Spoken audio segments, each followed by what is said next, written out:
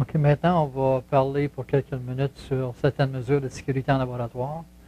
Il est important quand vous travaillez dans un laboratoire où on utilise des substances corrosives, surtout les concentrées, d'apprécier que si ces substances-là vont dans vos yeux, vous avez 10 secondes pour commencer une technique de lavage. Si le délai est plus grand, bien, vous allez avoir un dommage permanent à l'œil qui peut aller de cicatrice aller à la cécité.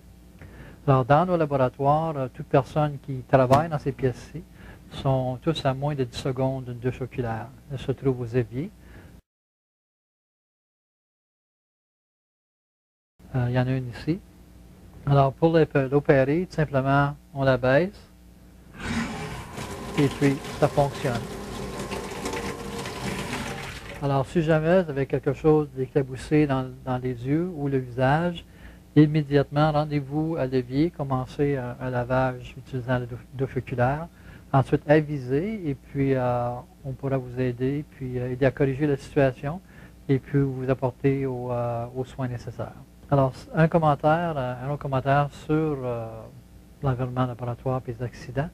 C'est une note sur le secourisme.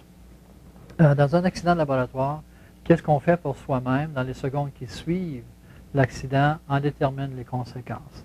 Alors, c'est plein de sens. Alors, si jamais on a quelque chose sur nos mains, puis on prend le temps de poser des questions, qu'est-ce que c'est? Bien, la substance est sur la peau, on peut l'absorber, ça peut nous brûler, ainsi de suite. Alors, il faut immédiatement réagir sans poser de questions, commencer un lavage, ensuite aviser, puis ensuite on vous aide à corriger. Qu'est-ce qu'on va faire maintenant? Bien, quand on va se rencontrer en laboratoire, je vais donner un peu plus sur les mesures de sécurité puis les voies d'évacuation. Maintenant, on va aller à l'extérieur du laboratoire pour voir les autres systèmes qu'on a pour contenir les accidents.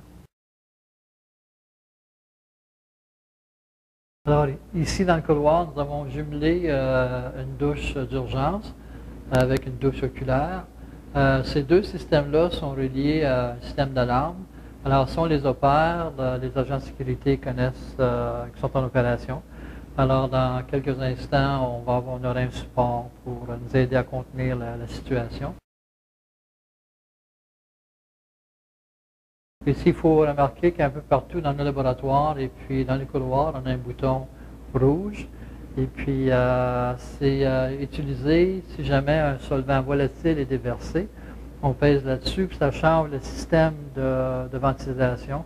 Ça garde nos laboratoires dans une pression négative pour s'assurer qu'aucune vapeur vienne dans les couloirs.